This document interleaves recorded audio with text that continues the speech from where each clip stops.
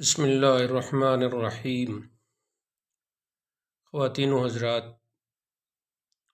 آج 12ویں پارے کے مضامین پیش کیے جائیں گے۔ 11ویں پارے کے آخر میں سورہ ہود کی ابتدا ہو چکی ہے۔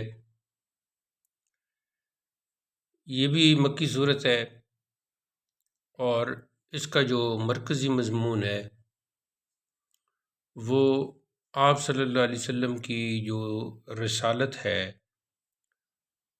اس کے ہمہ گیر ہونے پر مشتمل ہے۔ دوسرے انبیاء کے علاوہ قوم عاد اور ان میں مبعوث کیے گئے نبی حضرت ہود علیہ السلام کا تذکرہ ہے، تو اس لیے پھر سورت کا نام ہود ہو گیا۔ شروع کی جو آیات ہیں ان میں اللہ تعالیٰ نے ارشاد فرمایا کہ زمین پر چلنے والے ہر جاندار کا رزق اللہ کے ذمہ کرم پر ہے، اور وہ اس کے قیام کی جگہ اور سپردگی کی جگہ، تو یہ سب کچھ اس روشن کتاب میں یعنی قرآن مجید میں مذکور ہے۔ اور پھر یہ فرمایا کہ یہ جو کائنات بنائی گئی ہے اس تخلیق کا مقصد انسان کے خیر و شر، یعنی جو اس کا اچھا کام ہے اور جو اس کا برا کام ہے اس کے خیر و شر کی آزمائش ہے۔ پھر انسان کی خود غرضی کو بیان فرمایا گیا کہ اگر اللہ تعالیٰ کسی کو کوئی نعمت عطا کرے تو اس پر شکر گزار نہیں ہوتا، لیکن جو ہی وہ نعمت چھن جاتی ہے تو پھر چھن جانے پر نا امید اور ناشکرہ ہو جاتا ہے۔ اسی طرح اگر مصیبت کے بعد کوئی نعمت ملے تو انسان اتراتا ہے، شیخی بگاڑتا ہے۔ البتہ وہ لوگ جو ہر حال میں صابر و شاکر رہیں اور نیک اعمال کریں تو ان کے لیے بخشش ہے اور بڑا اجر ہے۔ اللہ تعالیٰ نے اپنے محبوب کریم صلی اللہ علیہ وسلم کی تسلی کے لیے ارشاد فرمایا کہ اے پیارے حبیب، یہ جو کفار ہیں یہ طرح طرح کی فرمائشیں کرتے ہیں کہ آپ پر کوئی خزانہ کیوں نہیں نازل کیا گیا، تائید کے لیے کوئی فرشتہ کیوں نہیں اترا۔ تو اے محبوب، آپ ان کی ان بیہودہ باتوں پر تنگ دل نہ ہوں۔ آپ کا کام تو صرف لوگوں کو عذاب الہی سے ڈرانا ہے، اور وہ تو آپ نے کر دیا۔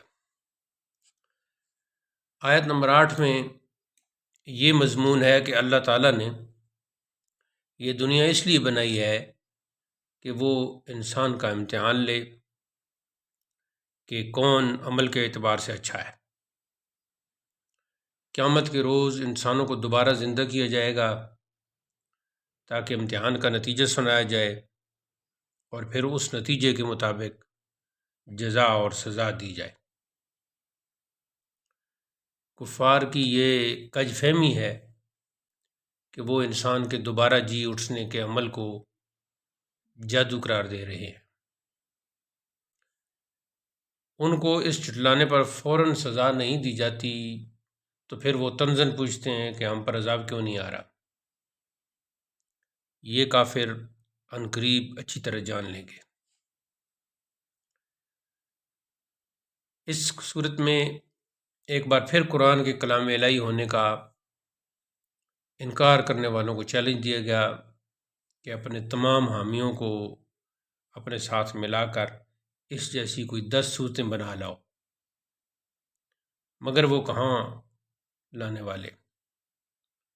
قرآن کریم جیسی صورتیں بنانے سے ان کا عاجز آ جانا یہ اس بات کی واضح دلیل ہے کہ قرآن اللہ کا نازل کردہ ہے جس کے سوا کوئی معبود نہیں ہے۔ انسانوں کا ایسا کلام بنانے سے عاجز آ جانا خود قرآن کی حقانیت کا ثبوت ہے۔ اللہ تعالیٰ نے مثال دے کر بتایا کہ قرآن کریم کو تسلیم کرنے والا اپنی بصارت کے تقاضے پورے کر رہا ہے، اس لیے وہ دیکھنے والا ہے، وہ بینا ہے، اور نہ تسلیم کرنے والا اپنی بصارت کے تقاضے پورے نہیں کرتا تو اس اعتبار سے وہ نابینا ہے۔ قرآن پر ایمان لانے والا اپنی سماعت کے تقاضے پورے کرتا ہے، اس لیے وہ سننے والا ہے، اور ایمان نہ لانے والا سماعت کے تقاضے پورے نہیں کرتا، اس لیے وہ بہرا ہے۔ تو یہ لوگ آپس میں کبھی برابر نہیں ہو سکتے۔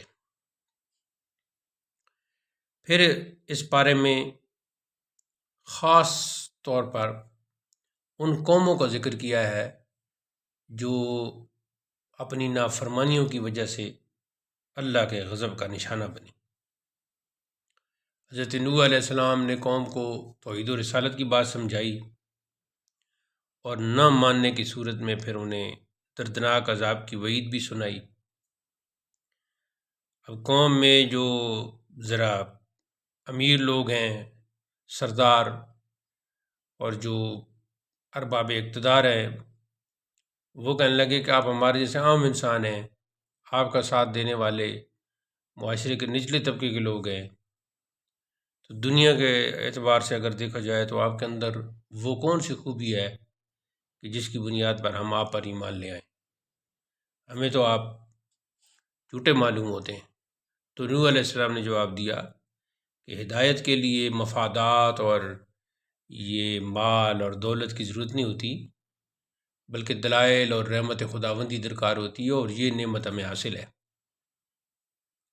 تو حضرت نوح علیہ السلام کی جو قوم تھی وہ مختلف بتوں کی پوجا کیا کرتی تھی، ان میں یغوث، یعوق اور نصر یہ مشہور ہے۔ تو آپ نے اپنی قوم کے لوگوں کو شرک کی قباحتوں سے آگاہ کیا اور ان کو شرک سے باز رہنے کی تلقین کی، مگر انہوں نے نوح علیہ السلام کی باتوں کا شدید مذاق اڑایا۔ اب جب نوح علیہ السلام کو یقین ہو گیا کہ میری قوم کے صاحب ایمان لوگوں میں اب کوئی اضافہ نہیں ہوگا، تو پھر انہوں نے پروردگار سے دعا مانگی، اے میرے پروردگار، میں مغلوب ہوں، تو میری مدد فرما۔ تو اللہ تعالیٰ نے نوح علیہ السلام کی دعا قبول کی اور ان کو حکم دیا کہ آپ ایک کشتی تیار کریں، جب کشتی تیار ہو جائے تو اس میں اہل ایمان کو بھی سوار ہونے کا حکم دیں۔ جب نوح علیہ السلام کشتی بنا چکے تو اللہ تعالیٰ نے زمین سے پانی کو نازل کر دیا، اور زمین کو بھی پانی اگلنے کا حکم دے دیا۔ آسمان اور زمین سے آنے والے پانی کی زد میں تمام کافر آ گئے، یہاں تک کہ جناب نوح علیہ السلام کا نافرمان بیٹا بھی طوفان کی نظر ہو گیا۔ اللہ کی طرف سے حکم ہوا کہ اے زمین اپنا پانی نگل لے، آسمان تھم جا، چنانچہ پانی خشک ہو گیا۔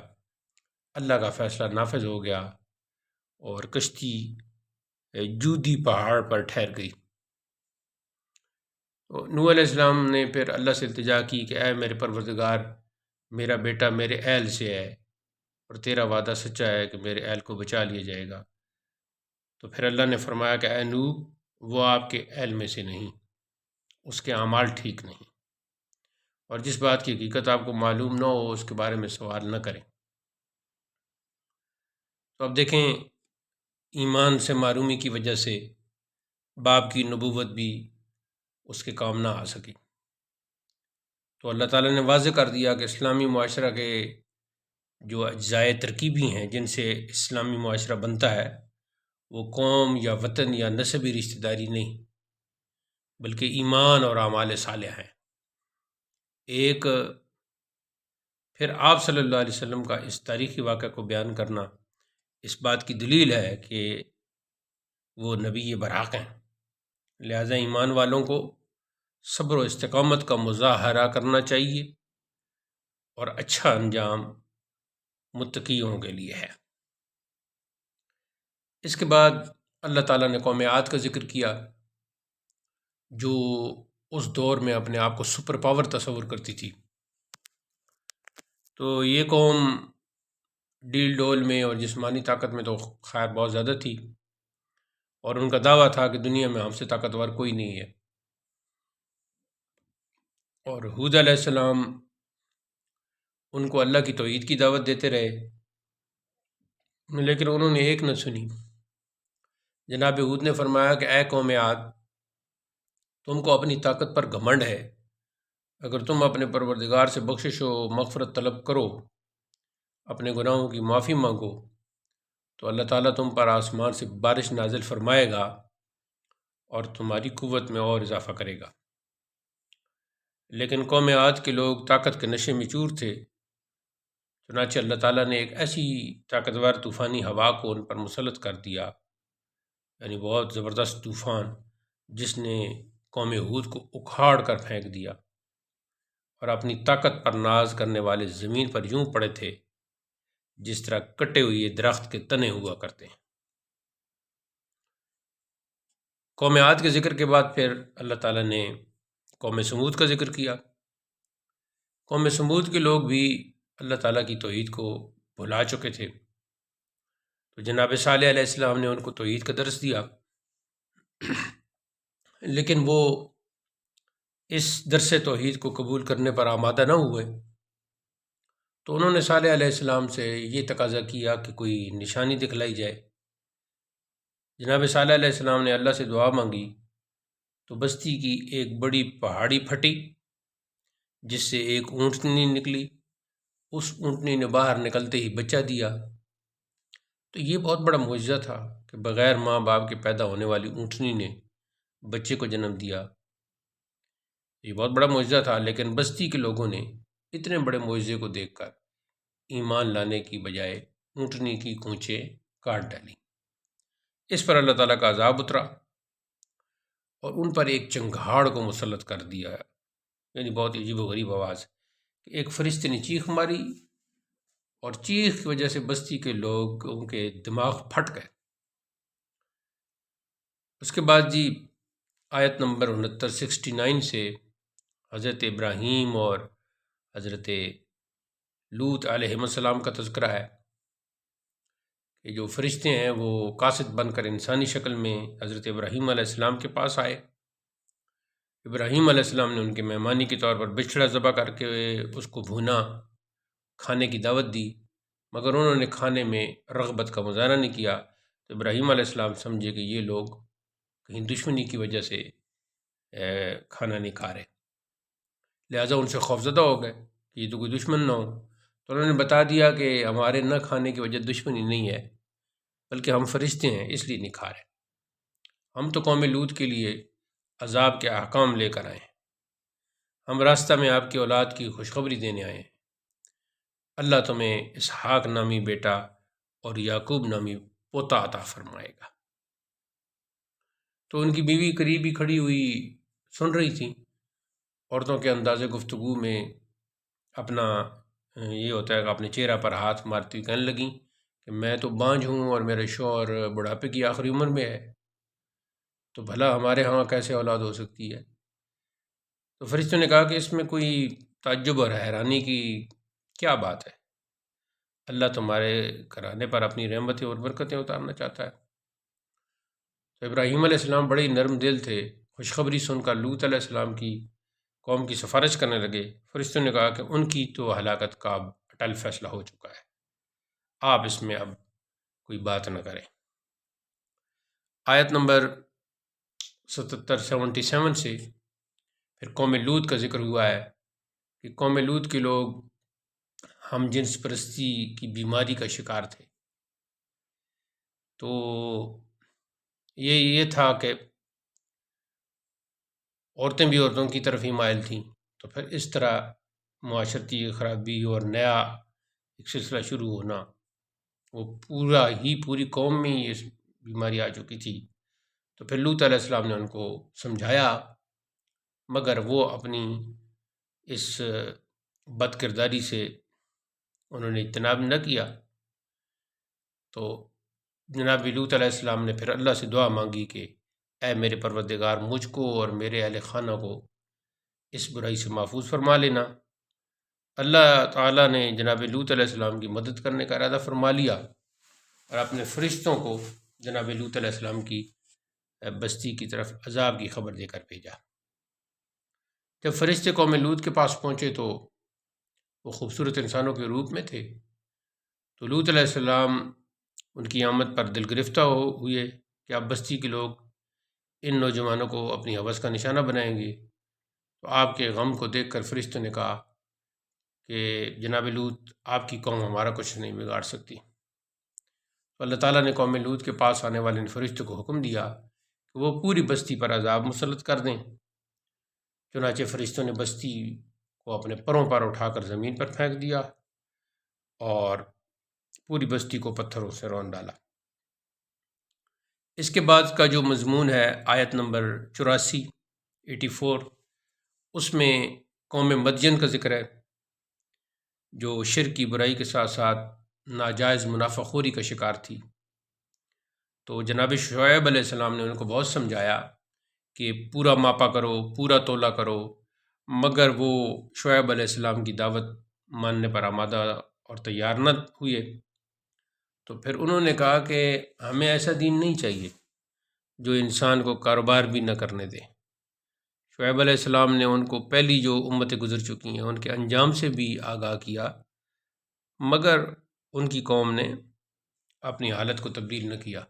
اس پر اللہ تعالیٰ نے پھر ان پر اس طرح کی چیخ مسلط کر دی کہ جس چیخ کے ساتھ قوم ثمود تباہ ہو، اور یہ لوگ صبح کو اپنے گھروں میں تاب عذاب نہ لا کر ایسے اوندے منہ پڑے تھے کہ گویا وہ کبھی اس زمین پر آباد ہی نہیں تھے۔ اس کے بعد یہ جو نافرمان قومیں ہیں ان کے انجام پر تبصرہ فرمایا کہ جو عذاب الہی کے ذریعہ تباہ ہو گئی تھیں، کہ اللہ نے ان قوموں پر ظلم نہیں کیا بلکہ انہوں نے شرک کی راہ اور ہٹ دھرمی سے چل کر خود ہی اپنے آپ پر ظلم کیا ہے۔ تو جب اللہ کا عذاب آیا تو ان کے خود ساختہ جو بت تھے، معبودان ان کی جو جن کی وہ پوجا کرتے تھے معبودان، وہ پھر کچھ کام نہ آئے۔ تو اللہ مختلف عذاب دے کر نافرمان قوموں کو پکڑ کرتا ہے ان کی، اور اس کی جو عذاب کی صورت ہے وہ بڑی دردناک ہوتی ہے۔ اس کے بعد یہ مضمون ہے کہ برائی سے روکنے والے عذاب کی گرفت میں آنے سے محفوظ رہتے ہیں۔ تو فرمایا کہ کاش ہلاک ہونے والی قوموں میں ایک مؤثر حصہ ایسے لوگوں کا ہوتا جو نافرمانوں کو برائی سے روکتا، لیکن ایسے لوگ ہوتے ہیں لیکن بہت کم ہوتے ہیں۔ جب اللہ کا عذاب آتا ہے تو پھر برائی سے روکنے والوں کو اللہ بچا لیتا ہے۔ جب تک بستی میں برائی سے روکنے والے لوگ ہوتے ہیں، یعنی مؤثر گروہ ہوتا ہے، تو اللہ ایسی بستی پر عذاب نازل نہیں فرماتا۔ یعنی اگر کسی قوم میں اصلاح اور ان کی تبلیغ کی جد و جہد کرنے والے لوگ موجود ہوں، افراد موجود ہوں، تو وہ قوم پھر ہلاکت سے بچ سکتی ہے۔ آگے جی سورہ ہود کا اختتام ہو رہا ہے، اس میں یہ یاد دہانی کرائی گئی ہے کہ اللہ تعالیٰ نے سابقہ رسولوں کے واقعات اس لیے بیان فرمائے کہ اس سے رسول کریم صلی اللہ علیہ وسلم کی دلجوئی ہو اور جو اہل ایمان ہیں ان کے لیے سامان نصیحت ہو۔ کافروں کے لیے چیلنج ہے کہ وہ ہمارے رسول کے خلاف جو اقدام کر سکتے ہیں کر گزریں، ان کا انجام بھی یہ جو پہلی امتیں گزر چکی ہیں ان جیسا ہی ہوگا، تو بلکہ اس سے بھی بدتر۔ اللہ آسمانوں اور زمین کے تمام رازوں، تمام انسانوں کے اعمال اور ان کے انجام سے واقف ہے۔ تمام انسانوں کے معاملات کے آخری فیصلہ کے لیے اسی کے سامنے پیش ہوں گے، تو بھلائی اسی میں ہے کہ اللہ کی بندگی کی جائے اور صرف اسی پر بھروسہ کیا جائے۔ تو اس کے بعد جی سورہ یوسف شروع ہوتی ہے۔ یہ بڑی صورت ہے، 13ویں پارے میں جا ختم ہوتی ہے، اور یہ مکی صورت ہے۔ اس میں چونکہ حضرت یوسف علیہ السلام کا ایک واقعہ بیان ہوا ہے، تو پھر اس مناسبت سے اس صورت کا نام یوسف رکھ دیا گیا ہے۔ دیگر انبیاء کے جو واقعات ہیں وہ پورے قرآن میں بکھرے ہوئی ہیں، لیکن حضرت یوسف کا جو واقعہ ہے وہ بس اسی ایک صورت میں بیان کیا گیا ہے۔ نام تو حضرت یوسف علیہ السلام کا دوسری صورتوں میں آیا ہے، لیکن ان کے اس واقعے کی طرف کوئی اشارہ نہیں ملتا، واقعہ ادھر ہی آیا ہے۔ تو قرآن نے اس کو احسن القصص قرار دیا ہے، بہترین قصہ، کیونکہ اس میں جتنی عبرت اور نصیحت پائی جاتی ہے وہ شاید کسی دوسری قصے میں نہ ہو۔ تو اپنی جامعیت کے اعتبار سے دیکھیں تو اس میں دین بھی بیان کیا گیا ہے، توحید کو بھی بیان کیا گیا ہے، اس میں سیرت اور سوانح بھی ہے، خوابوں کی تعبیر بھی ہے، اور سیاست کرنے اور حکومت کرنے کے گر بھی اس میں موجود ہیں۔ انسانی نفسیات کا بھی اس میں حوالہ ملتا ہے۔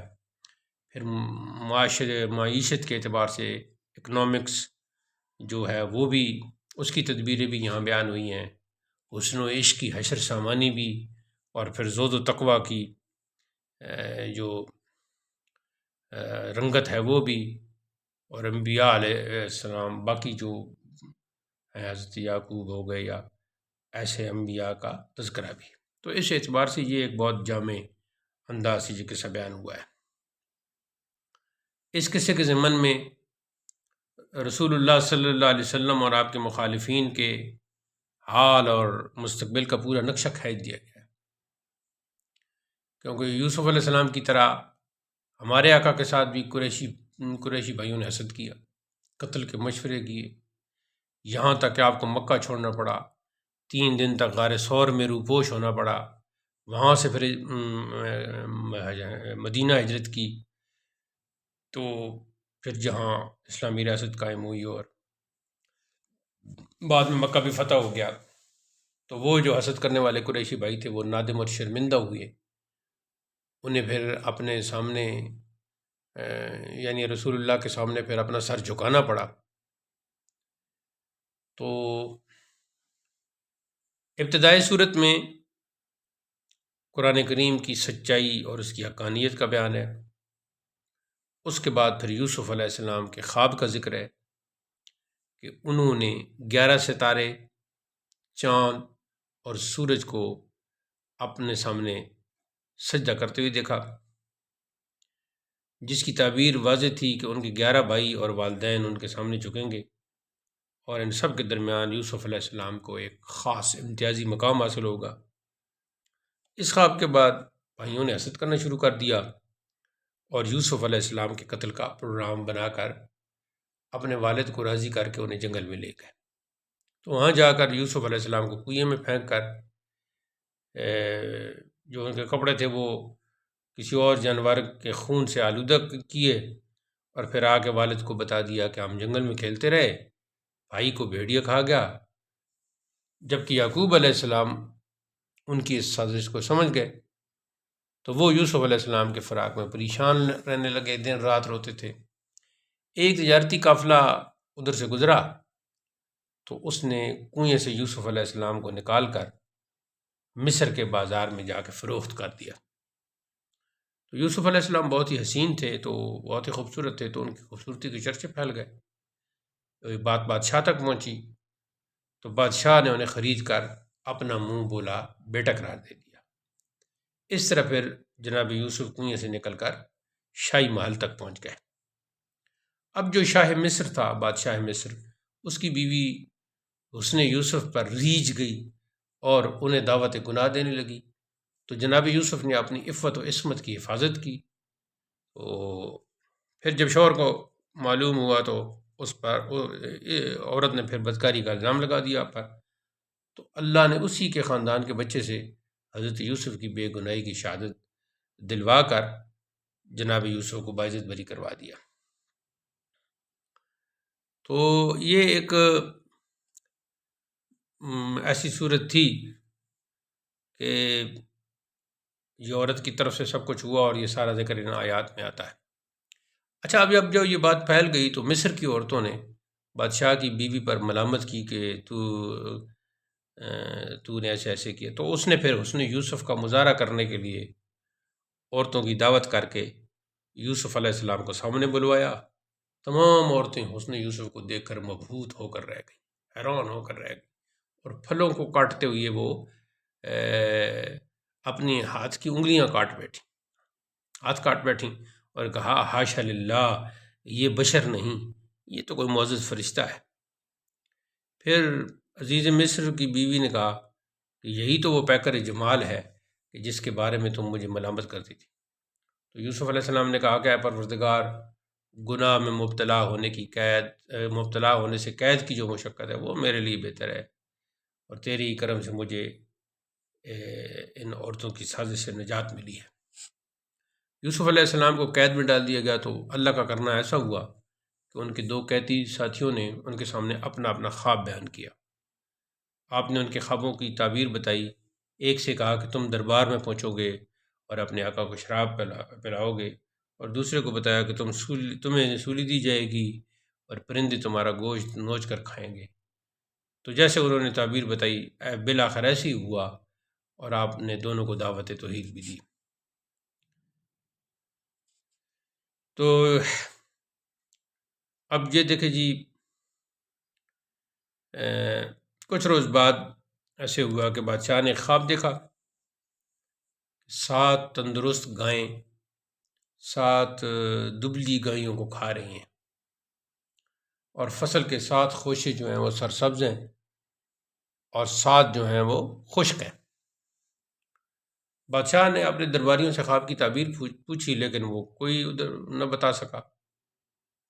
تو پھر یوسف علیہ السلام کے جو قیدی ساتھی کے ذریعے جو اب بادشاہ کا ساتھی بن چکا تھا، انہوں نے یوسف علیہ السلام کے بارے میں بتایا کہ وہ انہیں خوابوں کی تعبیر کا جو علم ہے اس میں مہارت حاصل ہے۔ چنانچہ کہا گیا کہ ان سے تعبیر پوچھی جائے۔ تو آپ نے بادشاہ کا خواب سنا اور تعبیر یہ بتائی کہ 7 سال تم پر سرسبزی اور شادابی کے آئیں گے، اور پھر 7 سال قید سالی کے آئیں گے۔ تو تمہیں جو ہے چاہیے کہ آبادی کے یہ جو 7 سال ہے تمہارے، یعنی جب یہ سرسبزی ہوگی، ان میں زیادہ پیداوار کرو، تو اس کو زیادہ پیداوار کو خوشوں میں محفوظ رکھنا، تاکہ پھر یہ جو اگلے خشک سالی شروع ہو جائے گی تو اس میں یہ تمہارے کام آئے۔ تو بادشاہ وقت کے خواب کی جب آپ نے یہ صحیح تعبیر بتائی، تو پھر اس تعبیر اور تدبیر بتانے کی وجہ سے آپ بادشاہ کی نظروں میں جچ گئے، اور اس تعبیر سے متاثر ہو کر آپ کی رہائی کا فیصلہ کر دیا۔ تو یوسف علیہ السلام اپنے نبوت کے دامن کو داغدار ہونے سے بچانے کے لیے تحقیقات کا آپ نے مطالبہ کیا، جس پر انہیں بے گناہ قرار دے کر رہائی ملی۔ تو جب یوسف علیہ السلام کو کئی سال بعد جب رہائی نصیب ہوئی، تو آپ نے اس وقت تک جیل سے باہر قدم رکھنے سے انکار کر دیا جب تک کہ آپ کی برات اور طہارت کا اعلان اور اعتراف نہ کر لیا جائے، تاکہ کل کوئی آپ کو تانا نہ دے کہ معاذ اللہ تم تو ایسے تھے، تم تو ایسے تھے۔ تو مگر